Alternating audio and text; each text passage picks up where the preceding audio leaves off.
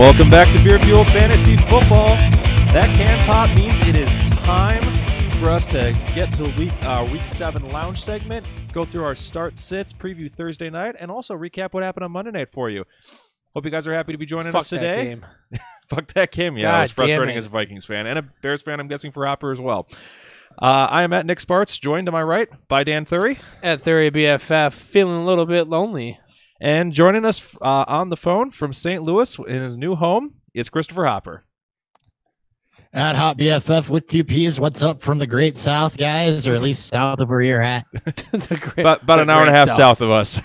Yeah, the Great South. The Great South.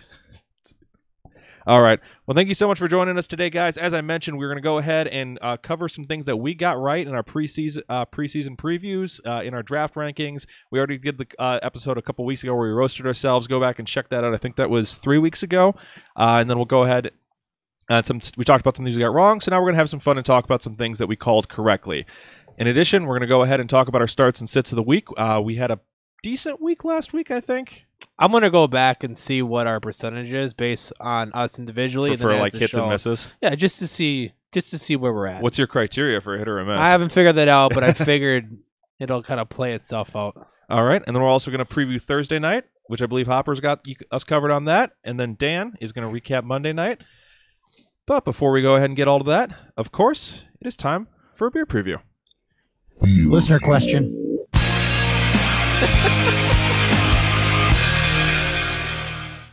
Okay. Yes, so here's the go ahead, Hopper.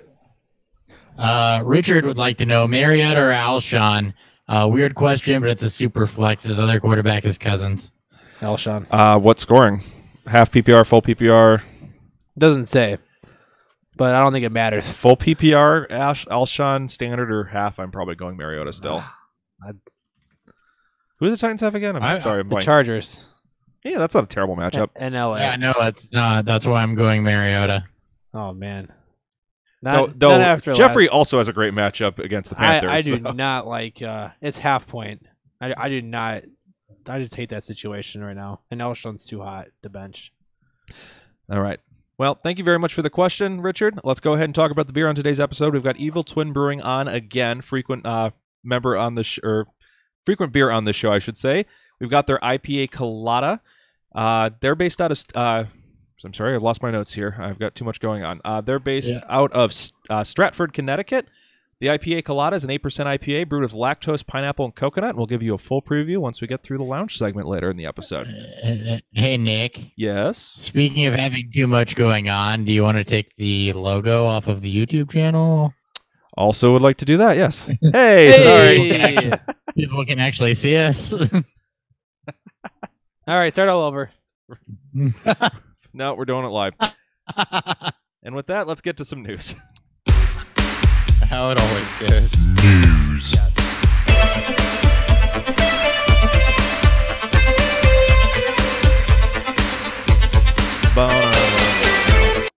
All right, guys. On today's news segment, we'll kick it off with Ryan Tannehill with his shoulder injury. It's already been confirmed out for Week 7, so no more Sunday morning surprises for Ryan Tannehill. We are just going to get Brock Osweiler knowing he's going to start the whole week against the Lions. That's just a nightmare. Unless it's against the Bears. Nope, he's beaten Bears last week 3 times. I know. You need to stop bouncing your legs so much. Sorry. Josh Allen, elbow injury, will miss at least the next 2 or 3 games, and it'll be week to week after that. Derek Buckfucker Anderson will start in his place this week. I feel like the offense could get better. It might. Not a lot, but could. I do think the offense is going to be better with Derek Anderson. I'm still starting the Colts defense against him. Oh, hell yeah. All about that shit. Anderson's going to be the starter for the rest of the year after this. Did we lose him? I'm still here. Oh, okay. I couldn't hear you. I said Anderson's going to be the starter for the rest of the season after this, I'm pretty sure. Okay. 49ers signed quarterback Tom Savage. Nah. Don't care.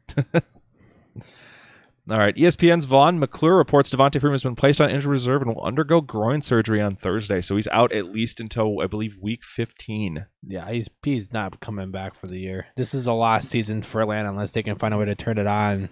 Go get Ito Smith. Yes, Ito Smith is a must-own name. Raiders coach Don Gruden admits the team is concerned about Marshawn Lynch's groin injury and it could be a long-term issue. Is Doug Martin a priority ad in standard-sized leagues? Yes, he's a priority trade if he does anything at all in dynasty leagues. Oh, absolutely, yes. Yeah. My only issue is that this team is so bad that they're going to be in catch-up mode a bunch, and it's going to be the Jalen Richard show. It could Doug be. Martin's a decent pass catcher. He is, but Richard's gotten all the pass catching work. This team has had at least, I believe it's 4 out of the first 6, where they were at least competitive through the first half, and Lynch had enough work. So if Lynch misses, that should be Martin. Coach Sean McVay expects Cooper Kupp to miss Week 7 against the 49ers. Later confirmed he is out. Fire up That's Robert expected. Woods, and Cooks. Great matchup this week for them. Yeah, I'm still waiting to hear if they bump one into the slot for Josh Reynolds to play outside or not. But I also don't hate Gerald Everett. Shut up. Sorry. Spoilers for later. Colts sign wide receiver Dontrell Inman because they keep getting hurt wide receivers. And he's your new wide receiver 1 in Indianapolis. Hilton's practiced in full today. And he is your new wide receiver 2 in Indianapolis. There you go. And then Greg. Oh, go ahead, Hopper. Go ahead. No, there's a listener question. One last news point before we get to listener question. Greg Zuerlein with his groin injury will resume kicking for the Rams in Week 7 against the 49ers. They released Cairo Santos in a corresponding move. I already picked him up in leagues. I did too. Included in your league. Fuck it. Hold on. Who's replacing Cairo Santos? Greg Zuerlein. He's back. Oh, he's back. Okay. Tell a friend. He's back. All right. What is the listener question? All right. You've got... Well, Jorge wanted to say, in case we wanted to know, Aaron Jones didn't pull it off for him on Monday. I'm so sorry about that touchdown getting called back. That would have made it at least close. Yeah, we're sorry about that. Richard said if he had another Mariota question, the last one he promises. That's cool. Mariota. The other options, Derek Carr, but screw him. It was Mariota Bethard. Hopper cut out in the middle of the Bethard part. Hopper's getting kind of choppy here. Well, Mariota or Bethard pairing with Wentz in a 2 QB. Bethard's been killing it, but I do not like this matchup this week against the Rams at all. Well, there's still no Talib. This game to me screams they're going to go up 38-0, and then the defense is just going to come hammering down because this is the best defense he's faced. Yeah, but it's a 2 QB, and the other option's Derek Carr. So, I mean, CJ Bethard or Derek Carr is really the question here. I mean, looking at rankings, we have Bethard higher than Mariota, so it's Bethard. Yeah, no. Okay. I just don't like the matchups. No, I don't either, but I don't either, but if those are your two options, you got to start one. Yeah. You get dealt a hand and you're playing it. Project Badass wants to know Deshaun Jackson or Bilal Powell for flex. This week, I'm pretty sure you're going Deshaun Jackson. You're going Jackson. This is a plus matchup. This is a great matchup for him. All right. Jared wants to know Royce Freeman or Peyton Barber this week. Also, guys, if you can do scoring, I would appreciate that because that may change things slightly. I'm going Peyton Barber, and more reasons later. Yep, I agree, Barber, though I like both. Yes. I do like both. I like Peyton Barber more, and I actually like, more on the Broncos backfield later. And then Jorge wants to know, should I pick up Mack or Ito Smith? You should pick up both of them if you have the bench space. If you have to only pick up one, I am going to lean Mack because of upside in that offense. And he says in full PPR, which I even agree more for Mack because he will see some targets. Yeah. I like Ito, but Matt, I would get them both if you've got deep enough benches to do that. Yep. All right. That's all we've got for news. Let's talk over some guys who did not practice Wednesday. TJ Yeldon and Leonard Fournette. Yeldon with a foot and ankle issue. Fournette with his hamstring are not practicing. Oh, Jamal Charles season. Charles season? So, yeah, keep an eye on that. We'll give you more of an update on Friday for those two. Crowell with a new foot issue didn't practice Wednesday. So he went from the ankle to the foot. This is a terrible matchup coming up, too. Should be on your bench regardless. Darren Sproles, hamstring remains sidelined at Wednesday's practice to help keep that backfield viable with Clement and Smallwood. Yeah. Good. Good. Ryan Grant with his ankle is not practicing Wednesday. Oh, God. Good. T.Y. Hilton should be back, I think, to successfully kill all his value. Yep, good. Hopefully. Paul Richardson with his knee and Jamison Crowder with an ankle are not practicing Wednesday. Is it Maurice Hurst? It's Harris is left, basically, yes. Jesus. Robbie Anderson, hamstring, did not practice Wednesday, and Terrell Pryor, groin, did not practice Wednesday. Jermaine Kearse. More Kearse. Go pick him up. Yep. If you're in any sort of deep format or PPR format, I love going to get Kearse right now because he seems to be the guy with Enunwa out. Yep. Ted, and then you scream in the mirror in a kill switch engage voice. This is my Kearse. Yes. While hitting submit on your lineup. Howard Jones. All the Howard Jones. Somebody posted a video of them yelling, "This is my Kearse," while hitting submit on their lineup with Kearse in it. If he blows up, which I don't really want him to against the Vikings, but if he does anyways. I mean, they could, and Vikings could still win. Yeah, I know. Ted Ginn with his knee issue remains sidelined at Wednesday's practice. This has been slow recovery for the old receiver. Traquan Smith, let's go. And then the last one is Jack Doyle with his hip issue remains sidelines at Wednesday's practice. So this hurts me so. I want him out there so bad. Ladies and gentlemen, the second coming of Dennis Pitta. Oh my God, no! Nice reference. I like it. Oh no, it hurts. All right, that's all we've got for that. Let's go ahead and jump into a Monday night recap. Hold on, hey Dan. Yeah, buddy. Does it hurts or does it hurst? It's both. It feels a little bit red. All the Ravens tight end puns. It feels a little bit red too. All right, enough with the dumb puns. Let's go to what the hell happened. What the hell happened?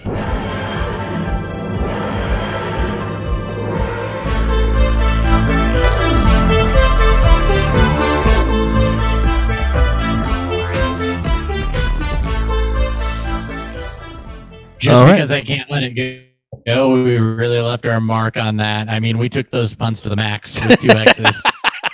Yes. I think that covers them. There we go. Now we're finished. All right. And on the Monday night movie, we had Crosby gets his groove back. Packers win 33-30 on a last-second Mason Crosby field goal. Crosby gets his groove back. We'll start with the 49ers before we get to that. So Bethard continues his nice stretch of streaming weeks here. 16-23, 245 yards, 2 touchdowns, another interception. This is the 3rd straight game with multiple passing touchdowns. And if it wasn't for the 49ers protecting the lead for a lot of this game, I think this could have been an even bigger game as Green Bay's defense is garbage. His turnovers have been, big killer. He's got 5 interceptions in these 3 games. But he's been very good lately. He's been a mid-level QB2 to start. I mean, he's just going to throw it. He doesn't really care. I know. So he's going to get touchdowns, he's going to get picks, and it kind of balances out. I guess this kind of goes with the questions we've got earlier from our listeners out there. But, A, can he keep this up, and can you trust him as a streamer? No. I'm going to be panicking the whole time if I'm putting him into a lineup, but there is some serious upside there. Yes. Especially because he does like to take off and run, which helps him. Yes, he does. Hopper, any insight on this Bethard situation? Not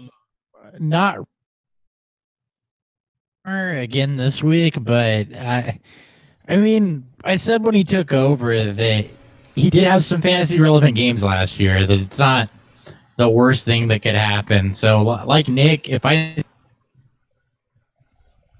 it's one of those things that will probably feel gross, but actually pay off, like a 3 a.m. bar exit. Those last like 2 or 3 shots you take before you leave, and then it hurts you at the end. Yeah, we do have a listener question, by the way, whenever you get through the Niners. Yes. All right, so we're gonna move on to, I guess, to the biggest news from this game from the Niners standpoint, and then a quick shout out. If you haven't watched Matthew Berry's break or his meltdown on this game, you should. I've been him. Oh. Like I watched that. I'm like, oh, I've been there. So we're gonna start with Matt Brady. He had a decent day. He had finished with 14 carries for 61 yards. Got the rushing touchdown. No targets though. Mozart though, the second running back in, not Alfred Morris. I think he had 1 carry. He got called back, and then that was it for him. He played 1 offensive snap. So Shanahan did say this was intentional and they were attacking what they viewed as a weakness in the Packers, but Morris is definitely not safe. Breed is the only safe one. Yeah. Hey, Dan, did you call him CJ? I don't know why we're having such bad issues. Yeah, we're having some connection issues. Yeah, Hopper, your attention joke broke up. Well, it came over as CJ Mozart again. Oh, did it? the composer known as C.J. Mozart. CJ Mozart. Whatever. I don't care about his name. Anyways, he finished with 12 carries, 87 yards. So he, for right now, looks to be the RB2. But I guess we'll see. Morris is droppable, I think, even though it may change. Yeah, unless I don't see how. Unless it's a really deep league, yeah. Yeah. And then as for the receiving game, with Bethard only throwing the ball 23 times, and he spread it around fairly enough, there wasn't a lot of volume for one specific person. Garcon and Kittle led the team with 6 targets apiece. Both finished with 4 receptions. Garcon had 37 yards, Kittle had 30. So a disappointing game given what the game script could have been. But Goodwin had the massive day. 5 targets, he had 4 catches, 126 yards, and 2 touchdowns. He is the wide receiver to own on this team moving forward. He is a boom-bust receiver 3, and he's going to be pretty valuable during these heavy bye weeks as you're looking for more upside plays than maybe safe plays. And that's where Garcon's, it's going to kind of lie here. He's a low flex option. Doesn't have the same upside as a good one, but he should potentially have around the same floor. Then as for Kittle, I think you're fine. It just happened to be. It just wasn't his game. If he gets 6 targets, that's all you can really ask for. Yep. And that's it for the Niners. All right, quick listener question then. Jared wanted to know, does he flex Curse or Powell this week against the Vikings and Curse. half PPR? Curse. Vikings have been really good against running backs of both kinds, both as pure runners and as pass catchers. And they just lost their slot cornerback for the year. Yeah. Any other thoughts, Hopper? No, I agree with Dan. Hit the kill switch. All right. All right, there you go. There you go, Jared. What do we got for the Packers? As for the Packers, comeback Aaron Rodgers is just God mode at this point, and it's just incredible to watch. And I kind of hope that we get to see this, because I think the Packers will lose games, and just because you get a lot of fantasy upside from it. Rodgers finished 25 of 46, 425 yards, 2 touchdowns, no picks. This is the 5th straight game since week 2. He's had 40 attempts or more, and I think this is going to end up being the case because this is a terrible defense. And the running game is a hot mess, so they don't really have much to go on from there. And then speaking of the running game and it being a mess, 21 total touches between these 3 running backs. Jones had 8 touches, Williams had 7, Tymont had 6. None of them had any yards, or none of them had any significant yards to speak of. And Tymont had the only touchdown. Jones is clearly the most talented running back in this backfield, but Montgomery doesn't really give a shit. So we're gonna get this. Jones is the only one that's worth owning. And even then, it feels a bit gross because you're not going to get this backfield figured out. Mm-hmm. Yeah, I've got a few spots where I'm like, it's a somewhat deep league, and I'm still considering cutting Jamal Williams. Yeah, it's not good. But as for the receivers in this God mode like Aaron Rodgers, Devontae Adams is a fucking beast. 10 for 132, 2 touchdowns on 16 targets.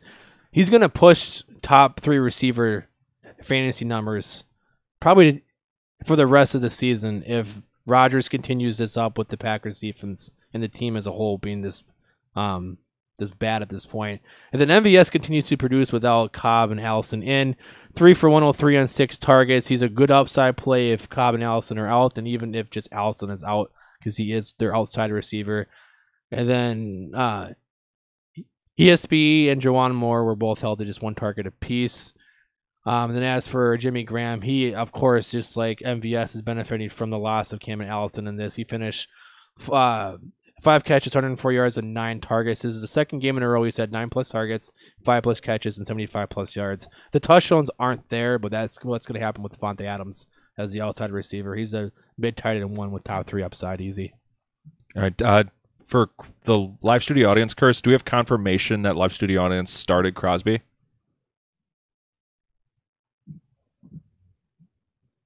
Last week, yes. But there was a drop this week because he's on bye. So she now owns double Jake Elliott.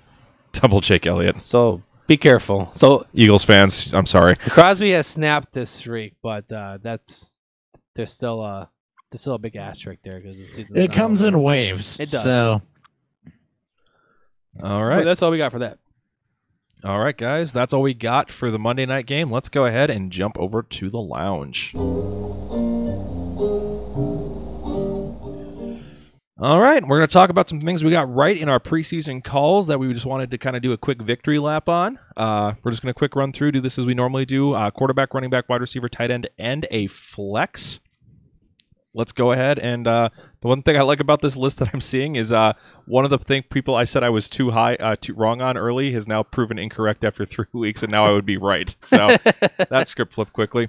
All right, we're going to start off with quarterbacks. Hopper, why don't you start us off since you're dialing in from the phone about your quarterback you were right on. All right, that's going to go Patrick Mahomes, and this was actually more of a stat line, but also from the Bold Predictions episode.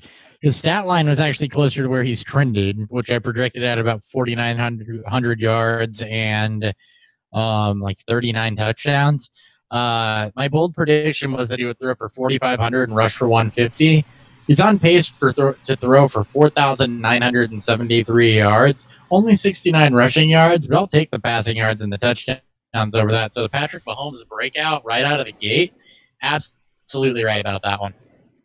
Yep, you definitely nailed that one. My stat projections also jumped off the page. I didn't think I'm the highest ranked, but we were all a little cautious, like, is this really going to happen? And it definitely did. We should have been a little bolder on that when the numbers looked like they were going to be there. We should have been, because you and I both, Nick, when we plugged him in, came out close to the same thing. We're like, there's no way. But there's a way. It's probably going to happen. All right. Dan, you predicted somebody getting a rebound year this year, and they've lived up to the expectation so far. Yeah, this is Drew Brees. He's the QB4 in the season based on points per game. I think it's 24.5, somewhere around there. And he'd be the QB3 if you take out Ryan Fitzpatrick. I did predict that the defense was going to struggle. They struggled a lot more than we predicted to start the season. They started to bounce back a little bit there. But this offense is massively elite. Yes, the return of Mark Ingram could make this team more balanced, could make Brees not throw as much more. But the upcoming matchups, though, against teams he's going to have to face is going to be incredible. From weeks 8 through 12, Vikings, Rams, Bengals, Eagles, and Falcons, all potential top 12 offenses. And then for his playoffs, he gets the Bucks, Panthers, and Steelers. Again, all potential top 12 offenses where they're going to be able to keep the points moving on. So even if this team becomes more balanced, there's a lot of throwing potential here. His playoff schedule is bananas. Yeah, so if you... and any 6-0 teams out there, go trade for Drew Brees. Yeah. Do it right now. Just find some way. He may have he may have a couple quiet weeks in there if it's all the running game like we saw against the Giants, but this is a very high-powered offense. All right, and then mine was Cam Newton, who I predicted as my number 3 overall quarterback. Currently, he's your number 5 in points per game, and that is, once again, Ryan Fitzpatrick is ahead of him, so if you pull him out, he'd be 4. And that's with Greg Olsen missing a majority of the season so far this year. There's some concerns for Cam, offensive line. People were concerned about McCaffrey taking over more of the show or the offense, just not performing very well or overblown. Cam is just going to kind of make it happen most years. And the best part is he has not had a dud yet this year. He's been 18-plus in every single game. So he's basically giving you an average quarterback performance or better every single week. So that's been kind of the best part about Cam Newton so far this year. I'm glad to see he's lived up to the top 5 billing I gave him.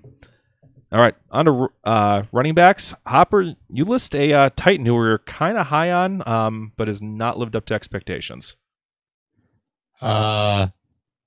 I listed a Titan that I said I was right in the sense of I said he'd be the one to own over Derrick Henry, which is what I'm hanging my hat on here. That is true. That is not a more high Derrick Henry later. Not a high hurdle to clear, but he has been the better one.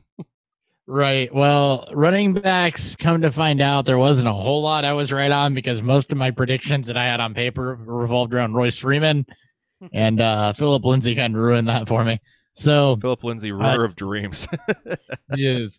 But Deion Lewis, we kind of called it when he went there that he would see kind of more of he would prevent passing work, kind of take more of the DeMarco Murray role. And while this running game has struggled for most of the season, he has been a viable flex option most weeks. Pretty predictable based on matchup dependence, but that's really not a bad thing to have some.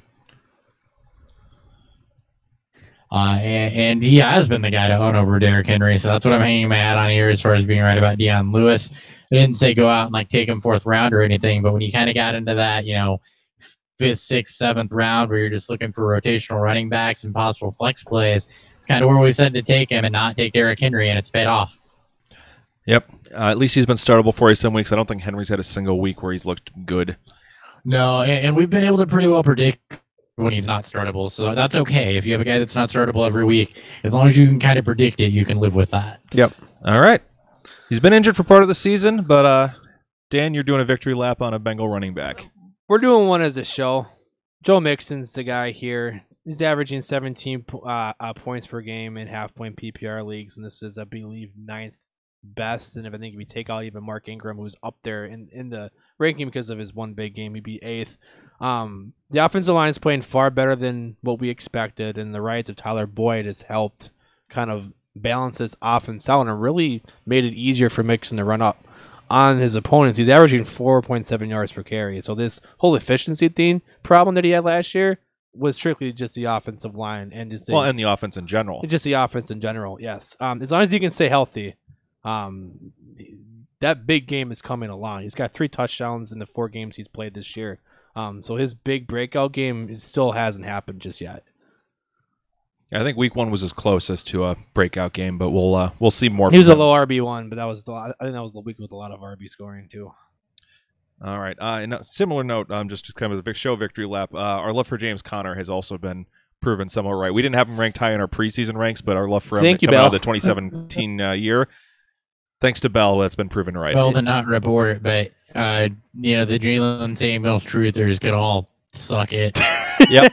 I'm glad we never even slightly bought into that. We didn't even acknowledge it in the positive way. Yeah, it was just constantly making fun of it. Yep. And we got so much hate for that too, but who's laughing now, motherfuckers?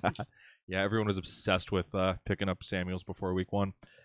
All right, for running backs, I'm going to go with Saquon Barkley. And people knew he was going to be good, but I had him as my number 5 overall running back, number 6 overall player, and currently he is the number 3 overall running back in scoring, has over 100 combo yards in every single game. His floor has been 17 fantasy points and half-point PPR.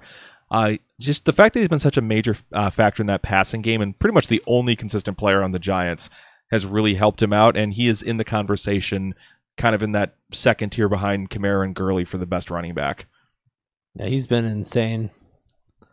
I got some breaking news. Okay. It's kind of this is legit. I made sure that I read it right this time. Is this the investigation? Yeah. So this is so ESPN's Cameron Wolf reports that the league has opened up an investigation to how the Dolphins have handled Ryan Tannehill's shoulder injury. This is specifically related to how he wasn't on the report and then suddenly was not active for the game last week. For those of you who don't know about the way NFL handles injuries, there's very specific rules on how those have to be reported and handled. Effectively, if you have a guy who doesn't play and was not on the injury report, that's a big mess up if it's injury related. Yeah, because if you can get away with that, Bill Belichick would be having a fucking field day. Well, yeah, it was up to Bill Belichick. You'd either have no one on the injury report or everyone would be on the injury report. But they have rules in place to make sure Belichick can't do Belichick things. Yeah, Bill Belichick for a while did list Tom Brady as questionable every week. Yep. Yeah, that was until they find. Well, I think they always listed him as probable, didn't they? That's why they got rid of the probable take. Yeah, it was because he was abusing it so much. Belichick. All right, so that's definitely good to note. We'll see what comes of that. We'll keep you posted if it ends up being anything significant. Let's go ahead and talk about wide receivers here. Hopper, you got a guy who we were rising on a little bit, but has far exceeded our expectations. But you did pick him out in our reach around segment before the season started. Yeah, Kenny Golladay was going in the 13th round, and I said you should reach a bit to get him because. And towards the end of the year, he kind of started to surpass Marvin Jones. Well, 6 weeks. Then he's a wide receiver 5, so it doesn't include his bye week because I felt like that was fair. But you get it. I mean, Kenny Golladay has been a every week startable type of wide receiver that you could have plucked in the, I said reach around, so the 12th.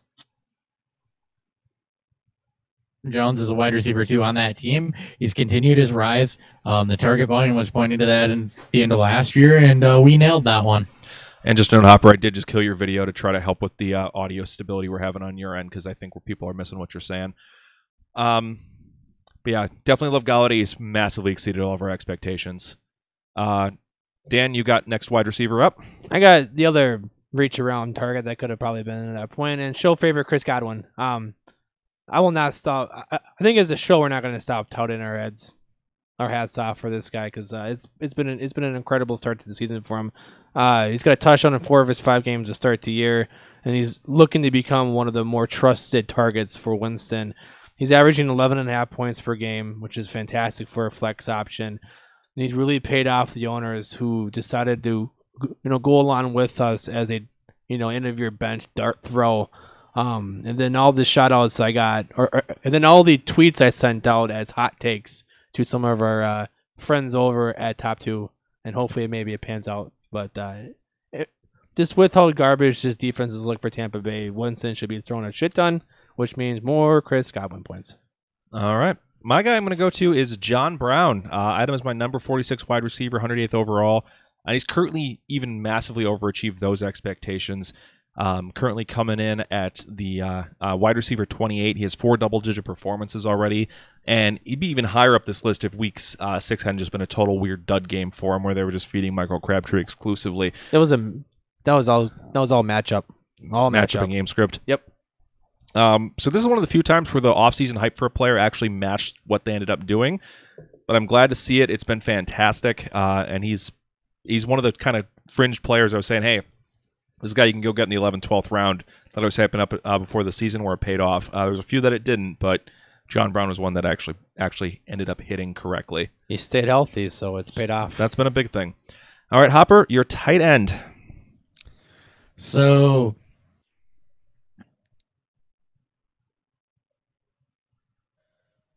I didn't know I put Jordan Reed here, but we're gonna go with it. That works. I mean, you have notes, so I assumed you put. I did, but I didn't realize that they were on Jordan Reed. I don't know how that. I don't think that this is right for Jordan Reed. I think it was gonna be supposed to be. Oh shit, Trey Burton. Trey Burton makes a little more sense. Yeah, I just typed it wrong. I guess I was right about Jordan. I'm going to go 2 for 1 here. I did say that Jordan Reed should have been, drafted as a top 10 tight end because he was healthy, but that's not what I want to talk about. I want to talk about Trey Burton. Trey Burton is a 12, even though it's not majorly disappointing. I kind of said when he went to the Bears that you needed to temper expectations a bit because he wasn't the only guy there, which granted, that's kind of fallen by the wayside, but he still hasn't been the top 6 to 7 tight end. I think a lot of people were projecting that it would be. The volume hasn't been there. Taylor Gabriel's played a bigger role in the offense than I think most people thought. And Trey Burton just has not kind of been an every week starter that you can necessarily trust necessarily. Attritions, I think, helped him a lot with some of the injuries at the position. I think that's it. Is that all you got, Hopper?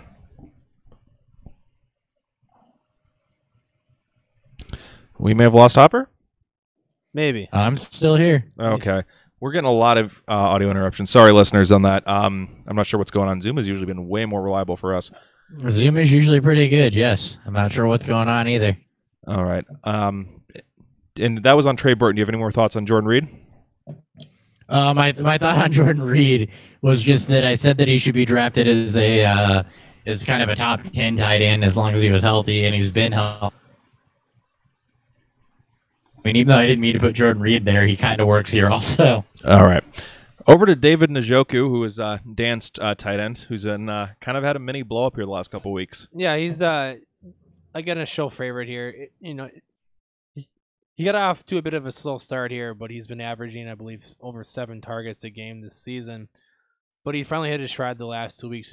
He's had multiple double-digit targets. He finally gave you the touchdown that we've all been looking for, and to go along with the production he's been giving. Just given the state of tight ends we've gotten right now, he was someone that we told you guys to draft and hold. And hopefully you did that, and hopefully you've been able to survive this. And now with what we're seeing from him and with the hungry eyes from Baker Mayfield, more could come of him. He could end up being the top 7 tight end at the end of the year. Yeah, especially if guys can't stay healthy, which it doesn't seem like they're going to be able to do. That too. All right, mine is going to be Austin Hooper. He was a guy who, when I did my projections, kind of jumped off the page of, hey, there's some volume here to go around.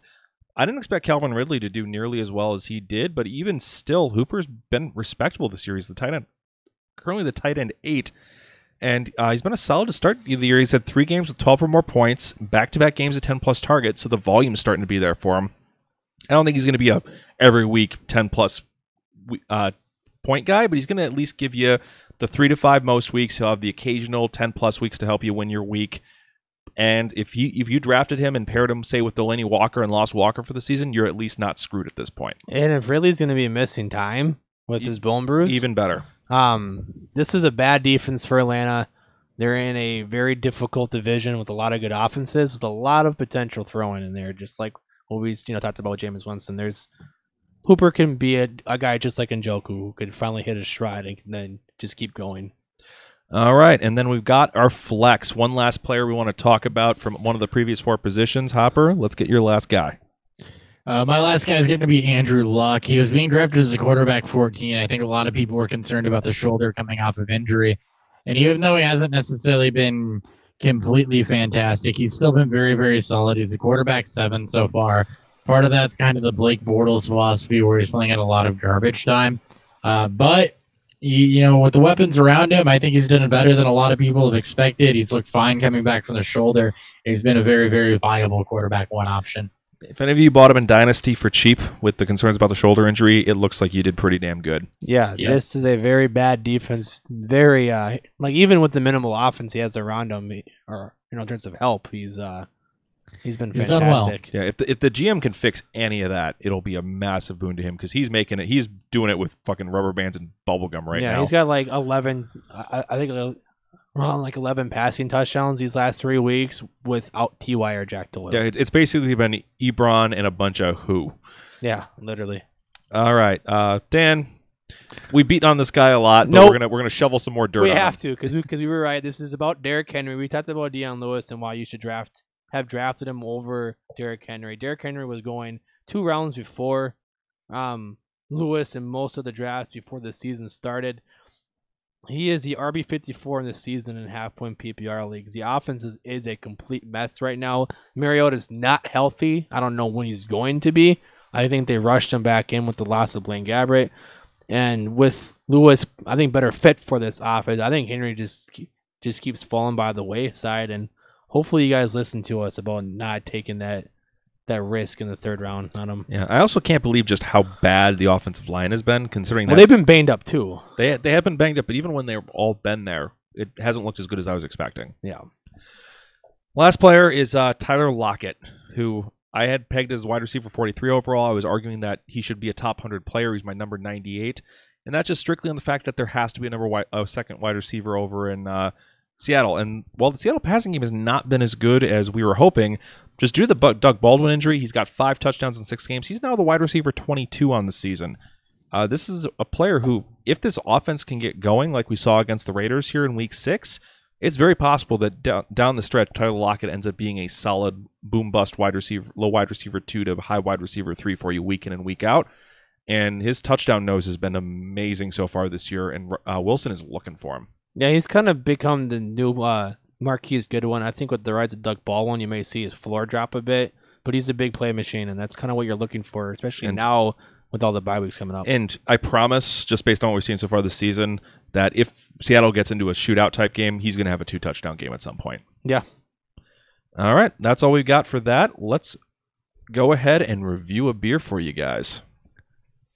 Beer review.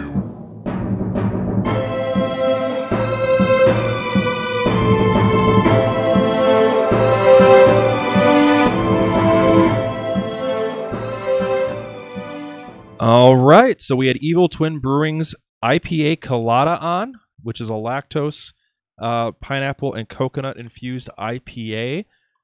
What'd you guys think outside of having probably a pretty solid buzz going on? A lot of coconut on the nose. The coconut definitely powers through. There's a hint of pineapple at the end, a little bit of hop bitterness. The lactose does make it a little bit creamier of a mouthfeel, kind of doles out the hoppiness. I really like it. Yeah, if you really, really like coconut, you're going to love this beer. This is a perfect kind of that hazy style that we have been partaking in a lot of. So Yeah, as many beers have done, they've added the lactose.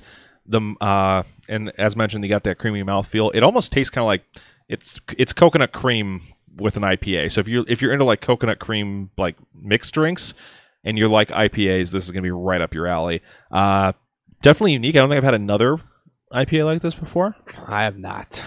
So definitely unique one. So Eviltwin, you guys tend to do really unique stuff, so I appreciate that. Definitely gives us something new to try as opposed to some beers where it's like, hey, this is a really good version of this, but we've had 10 beers like it before. So thank you very much, Eviltwin. We'll try to get you guys on again in a couple months here, like we seem to have you on a pretty constant rotation. Let's go ahead and we're going to talk about our starts and sits of the week. Start 'em, sit 'em.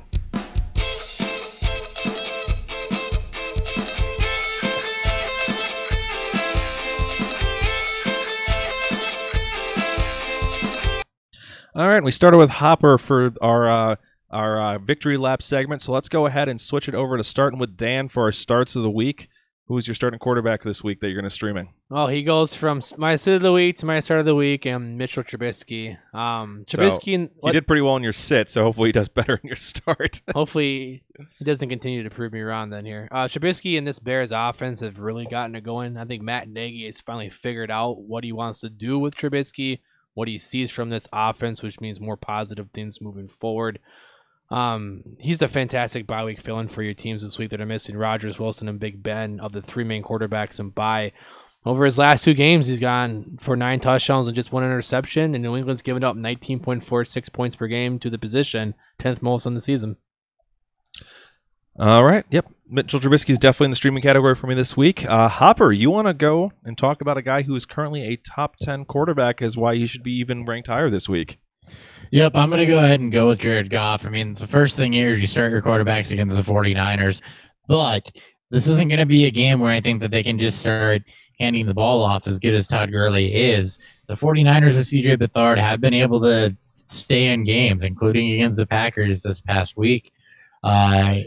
They've also allowed, though, the 49ers over 300 yards in half their games and multiple touchdowns every week but one. So Jared Goff is, again, a must start this week. He was kind of disappointing last week, even though he is a top 10 quarterback on the season.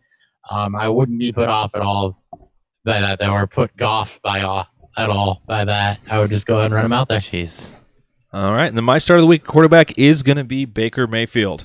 He faces a Buccaneers defense that has allowed an absurd 28.3 fantasy points a game to opposing quarterbacks, which if you basically started every quarterback that had faced the Buccaneers this season, that would be the QB1.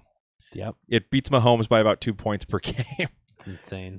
They just went and got their defensive coordinator fired as well, so I don't expect this to improve anytime soon. A defense coordinator? Defensive coordinator. Yeah. It's an offense. Oh. Whoops. Defensive coordinator fired. NFL average, by the way, is 18.9 in 4-point passing touchdowns, so it's 50% more points per game for opposing quarterbacks. 4 of 5 hit 25 fantasy points. The only one who didn't is Nick Foles. Average stat line for opposing quarterbacks, 367 yards, 3.3 touchdowns. Mayfield is if you have him in any sort of situation where you're considering starting him, I would put him in there. And if you have him in 2 quarterback leagues, congratulations. You probably just won your week. I have him in Scott Fish. Congratulations. As my Aaron Rodgers replacement this week. Well done. Hey. All right, Dan, your running back start of the week. It's Peyton Barber. Because you know why? Fuck it at this point. In the 5 games he's had with Jameis Winston, Peyton Barber is averaging 18.8 touches, 92.2 total yards. It's over 5 games. He produced last week in Winston's return. I know it's a bit hard to trust him from what we saw the first 4 weeks, but this is a fantastic matchup for him. The Browns have given up 4.7 yards per carry, 6 months in the lead, and they've given up 7 rushing touchdowns, tied for the second most. Winston does far more for the rushing game than Fitzpatrick ever had, and this what really makes him a good flex play this week. He probably got dropped in a lot of your leagues, and hopefully you're able to pick him up this week and free waivers. Did it in 2 spots. I will be starting him. You should. All right, Hopper. I think this is the first time this guy's been at start of the week that it wasn't my call, so hopefully he does well for you. Yeah, I'm going to go with Phillip Lindsay here. Arizona's worst in the league in points allowed to running backs. Freeman hasn't had multi-digit carries in weeks. It's been more Phillip Lindsay, who also had 7 targets last week. If you're looking for a guy to take advantage of this matchup, my money's on Phillip Lindsay. Don't get me wrong. I don't think Royce Freeman is a bad flex play, but I think Phillip Lindsay is going to outperform him, and I think he's the guy that I want to run out there. I've got Lindsay as a mid running back too this week. I basically Lindsay would have been my call, except I didn't want to go back to that well for a third time. I have them both as mid plays. I like them both in this game. All right, my start of the week. Last week, you just let somebody else do it sometimes. Yep. My start of the week is going to be Frank Gore. Oh, we've gotten here. Lions are giving up 195 combo yards and a circle. touchdown a game on average to opposing running backs. So Drake is not only a decent start here. I actually prefer Gore, who has given you 12 plus in 2 of his last 3 performances, 12 plus touches in his last 3 games, and looked awesome against a much better Bears run defense last week. Go start Frank Gore in your flex spot. You'll be fine. I think Gase actually has a plan for these backs. I think Gore is the main runner, and Drake is now kind of becoming the pass catcher. I mean, if Gore can be as good as he was against the Bears, that's a good plan. Just we didn't expect. Bears are pretty good against running backs. So they were, I believe, 2nd or 3rd best in the league before this last week. Yeah. I don't know where they fell to after that awful performance, Yeah. where they let Frank Gore go for over 100 on him. The bye week happens, people. All right, wide receiver, Dan. You're going to pair with somebody who's with my quarterback start of the week. Yeah, we're gonna go with Jarvis Landry. This may seem a little bit easy, but he's had a rough stretch these last 3 games. I know he scored a few weeks ago, but in terms of his production on the targets have not been there. Well, there's any matchup that can kind of change this up, it's the Buccaneers. They've done with quarterbacks, or what they've done with receivers is the same as they've done with quarterbacks. It's been insane. The targets have been there. The production should be there this game. I think this is a get-right game for this Browns offense as a whole, especially the passing offense is going to be hopefully a huge day for Landry. If it doesn't happen, then we have far bigger concerns. All right. Dan goes from Jarvis Landry, a guy who a lot of people had as a top 12 guy and was kind of falling off the last couple of weeks. And then Hopper goes to one of our favorite waiver wire ads of the week. Yep, I'm going to go with Taylor Gabriel here. New England was torched by field stretchers in Tyreek Hill and Marvin Jones this year so far. The Bears are going to have to throw in this game. As good as that defense has shown that it can be, despite the lackadaisical effort last week, it's Tom Brady. It's a Patriots offense that's got Edelman back, that's got a running game. So this is going to be an offensive game. All right. And no game under 5 targets, so I'm all about this. I agree. Yep. Hopefully he gets closer to the 10, though. The 5 made me a little nervous last week, even though he still gave you 100 yards. Probably be in the 7 range if I had to guess. All right. I'm going to go ahead and go double dip on Smokey John Brown in one episode. For him in this matchup, including an absolutely pitiful performance by the Redskins, Saints are giving up an average stat line of 229 yards and 2 touchdowns to opposing wide receivers. So Brown was pretty quiet last week, but even with that 3-target game, he's still averaging 8 a game. He's going to get multiple deep shots. Speed receivers have killed the Saints defense this year. John Brown is a safe start, and I've got him as a mid-wide receiver too this week. There's going to be a lot of scoring in that game. I think Ravens defense owners should be real nervous. I've picked up different defenses in every single league I own the Ravens defense in. And if you do, you should do the same. All right, let's finish it up with tight ends, and you just cannot get away from this guy, Dan. I can. We're going to go 2 weeks in a row. TJ, who's your mama? Uzama. It's CJ? It's CJ. It's CJ. It's TJ now. He is now TJ. Whatever his name is. TCJ. It's TCJ. Let me pull out my notes. You've renamed him. I've renamed you. It's not he the goes first up- time he's done that. No, it's not. And Looking it at you, won't be the Benji. last. Yeah, that's right, Benji. Samurai Samurai Watkins. Joe Joe McNichols. McNichols. So the Chiefs have given up the 3rd most points to tight ends this year at 10.83. What's even better is that his snap count has skyrocketed with the loss of Croft and Eifert. It's in the mid-90s in both of these last 2 games. And there's just not a lot of tight ends to really pick from this week. You lost Graham and Cook to bye weeks. So this is a guy you can roll out 2 weeks in a row. He's a great play in 2 tight ends, and he's a decent mid-flex stream this week if you need one. Yep, I've everywhere I've got him, I'm rolling him out and starting him. Fuck it. Hopper, it took an injury to get him up here in a start of the week segment, but it was not the injury we were expecting for your guy. I'm gonna go. And the question has been: do they move somebody to the slot? Do they start Josh Reynolds? Tight end position. They do have 2 pass catchers at tight end, but Gerald Everett's the one that saw his utilization increase post-Cup injury. But that's an increase by like double for what Rams tight ends have seen this year. He had more yards. He has more yards and targets on the season than Higbee does. And the 49ers are 4th in points allowed. They've given up 2 100-yard tight end days so far this season. So Gerald Everett's a pretty good bye-week dart throw to me. If you lost the name there, it was Gerald Everett of the Rams, based on the Cooper Kupp injury. Sorry, we had a chop right as you started, Hopper. All right, start of the week for me is going to be David Njoku. Last 4 games, Buccaneers have allowed at least 15 fantasy points to opposing tight ends. They've only played 5, so outside of week 1, at least one player's gone for over 15.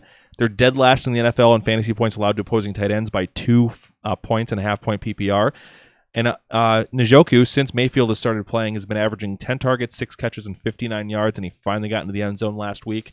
He seems to be ascending, and I want him in my lineups this week against a really bad Tampa Bay defense against tight ends. They went from one of the best last year to one of the worst, or to the worst. Yeah, I love Njoku. It's the same reason why I love, the same reason why you like Baker this week. This is great. There's going to be a lot of scoring in this game, too. I cannot wait. This is going to be one of my favorite ones to watch this week. And I'll be very hungover watching. I'm sure you guys will. Let's get to our sits of the week. Dan, I'm really sad to see this name in the sit of the week. Yeah, it's Alex Collins in a game that I think Vegas has at 53.5, or I think at over 50 for over-under this week. Collins is not the play that I think most people want him to be right now. He's been up and down this season, but there's owners out there that I'm sure they're feeling pretty good about. Pretty good about him after his 2 touchdown game. The problem is that Collins is averaging 3.6 yards per carry on the season, and he's only seen 14 targets in 6 games. And then now you have the emergence of Gus Edwards. It's only murks up this backfield even more. And on top of all this new things for the Ravens, the Saints are extremely good against running backs this year. They're giving up the fewest most points at 13.4 per game. They're giving up the lowest yards per carry at 3.1. You're praying that Collins falls into the end zone. And yes, he's taken that red zone work away from Buck Allen, at least for now. He's 1 fumble away from being back on the bench, though. I'd be looking to sell Collins after his 2 touchdown game, then trying to roll him out there with a lot of trust. Yep. Places I got him, I probably can't sit him, but yeah, I would be trying to if I could. I agree. Same with Hopper's guy up next. Yep. And Hopper, you've got a guy who's in the exact same game on the opposite side of the field. Yep, just not a good game for running backs. The Ravens have only allowed 2 guys over 50 yards. But if you start Mark Ingram, you're kind of hoping for a touchdown. And really, you can kind of say the same thing about Alvin Kamara. The only reason he's not here is there is a PPR floor. He does get targeted, but the Ravens really aren't giving up a lot of yardage.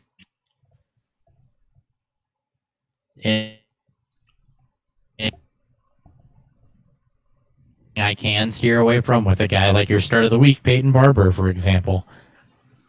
All right, so down on Mark Ingram this week. If you have him, you probably can't sit him, but he's a guy. I have him in a lot of places. Guy to try to stay away from if you can. You may be able to sit Mark Ingram if you have him because of the suspension earlier this year. You had a contingency plan, so hopefully that's still on your. Yeah, hopefully it was a good enough contingency plan. It wasn't for me in all places. I'm under on bye weeks.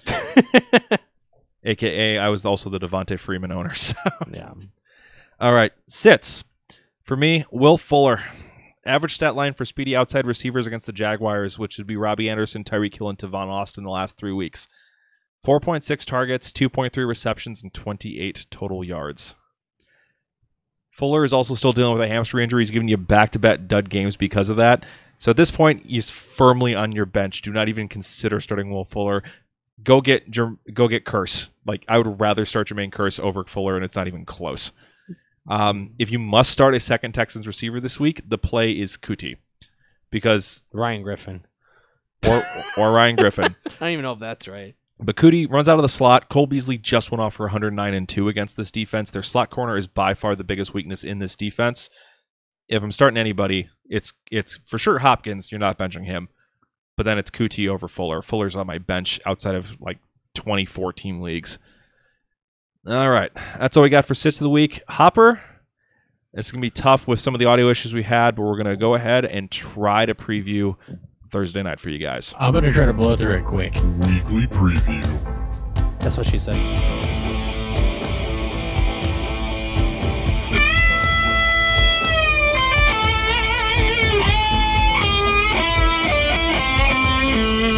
All right, Thursday preview, Broncos at the Cardinals. Broncos favored by 2 on the road in Phoenix, 42-point over-under. Hopper, who are we starting sitting in this game? All right, for the Broncos, Case Keenum. Arizona's good against opposing quarterbacks. He's still Case Keenum. For the week, Freeman's an okay flex if you need him to be. The Cardinals are allowing the second fewest points to wide receivers. Sanders is a volume play. I would kind of steer away from Demaryius Thomas in this one, though, because of the matchup. Don't touch the tight ends. Anything else on the Broncos? No. Defense is an okay start against The only Arizona. part we lost was about Phillip Lindsay, who you said was your start of the week. So, yep. I like the defense, too. Defense is okay. Yep, they're okay. All right, on to the Cardinals. Rosen's a rookie. Denver's only allowed 2 multi-touchdown weeks, no passer over 300 yards, and they've got picks in 2 straight. Steer away there. David John. So close. Outside speed is about the only thing that has killed these guys, so Kirk is your best bet there. And Ricky Seals-Jones' liability. He's only good in a case of emergency. We lost Johnson and Fitzgerald. Johnson, start your studs. I didn't talk about Fitzgerald because, quite frankly, the Broncos have been pretty good against opposing wide receivers. Speed kills them, so I'm actually on the Christian Kirk train this week. Yeah, and I think Harris shadows into the slot, so he'll have Fitzgerald, I'm pretty sure. I've been on Kurt the last a couple weeks. I think Fitz is kind of sadly being phased back into the 2 in this team. Yeah, it's kind of starting to feel that way. So, yeah, start Kirk as a desperation wide receiver 3. I would sit Fitzgerald. And then I agree that Johnson is a start your studs. And this is his best matchup of the year so far, by far. Yeah. And I don't hate either defense. I actually don't hate the Cardinals defense I this week. actually prefer the Cardinals defense. I have them both ranked, I think, as DSC ones. All right, any other thoughts, Hopper? Nope, that's it. All right, let's wrap this episode up. Once again, apologies for all the audio issues. You can follow us at BeerfieldFF on Twitter. That's also where you can find us on Instagram if you want to get can arts of the beer we're drinking. Untapped if you want to go ahead and grab reviews from us.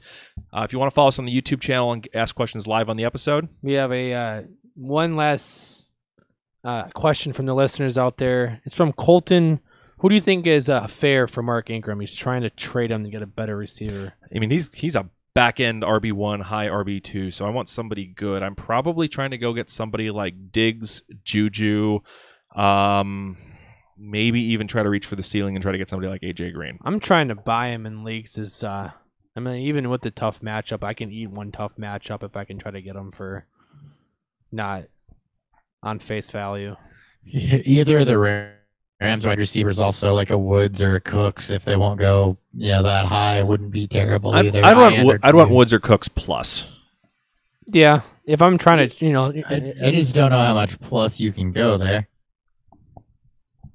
Like, I don't think his value is quite matched to what we could see from him either moving forward. He's only been back and playing for 1 week, and it was a good week. But I mean, if you have him, you probably had him through all of the suspended weeks. You've eaten that pain already. So if you're gonna give him up at this point, somebody better offer you something nice. Yeah, I'm taking the same angle I think Dan kind of was, to where I don't know that his. Agree with you, Nick, to try to sell him his ceiling. I don't know that you're going to get his ceiling for him right now. You may be better off holding him if you can. Yeah, I'm in the I want a back end wide receiver 1, or I'm going to hold. So for names, as Nick threw out there, Diggs was the name. Juju is a name. You can go as low as maybe like a Golden Tate. If it's full PPR, I win in half. Yeah. But yeah, look for guys who are kind of in that wide receiver, probably 8 to 15 range. But with a guy like him, you want to try to pair him up with another lower end receiver and try to really reach for the stars. Is that what you're trying to do? Because it's tough. Because right now his value is not worth. Yeah, he's a better package piece. Very much so. Yeah, if you can pair him with either another running back or a receiver, or try to go get maybe a top 5 guy, you might be able to. Yep. you may be able to go get a Devontae Adams if you pair him with a wide receiver too. After this game, it was Michael Thomas after a couple downer games. Thomas would probably be a better option because he had a weaker week. Yeah. All right. Anything else we got? No, that's it. All right. To finish the wrap up here, reminder, subscribe on YouTube if you want to get your questions asked on air. We record those into the podcast. We try to get them in between segments. That is Beerfield Fantasy Football on YouTube. You can also follow us on Facebook and ask us questions there is another place. If you can drop comments or likes onto the videos, we appreciate that. That helps boost additional traffic to these videos. Anything else you guys can do to support us? The big things are going to be check out our merch, DM the show at BeerfieldFF on Twitter, or email beerfieldfantasy@gmail.com. I can get you information on how to get the merch. Dan is rocking the shirt and the hat right now. Or if you guys would rather support us directly through Patreon, you can hit us up. And he's just rocking it for YouTube right now. You guys can hit us up at either of those places. I'll get you the Patreon link. It helps support the cost of the show, whether it's buying beer, server costs, anything else that we have to pay to keep the show running. Lastly, if you just want to send us beer and you're in a place that we can't get beer from, we really appreciate that. DM either BeerfieldFF or email BeerfieldFantasy, and I'll get you the address where you can send that too. Thank you so much for listening, guys. I am at Nick Sparts. We've got Dan Thury to my right. Net Thury BFF. And we've got Christopher Hopper with a choppy audio connection from St. Louis. Hot BFF, 2-piece. All right. Sorry about all the audio issues. We'll try to get the result for next time, and we will catch you guys next time on Beerfield Fantasy Football to preview all of Week 7's games. Later. Well, the rest of them. All the rest of them. Oh, hold on. Have you killed it yet? I have not killed it. One last question from Colton. Josh Gordon, curse or Godwin this week? And he says PPR. Is it half point or full point? I don't think it matters. I think might be the first time I've made this recommendation all year. I'm starting Josh Gordon. I like Josh Gordon this week in this matchup. Like, the Bears have a great defense, but this could be a shootout. He got 9 targets last week. I'm starting Josh Gordon. Let's go. All right. Later, guys.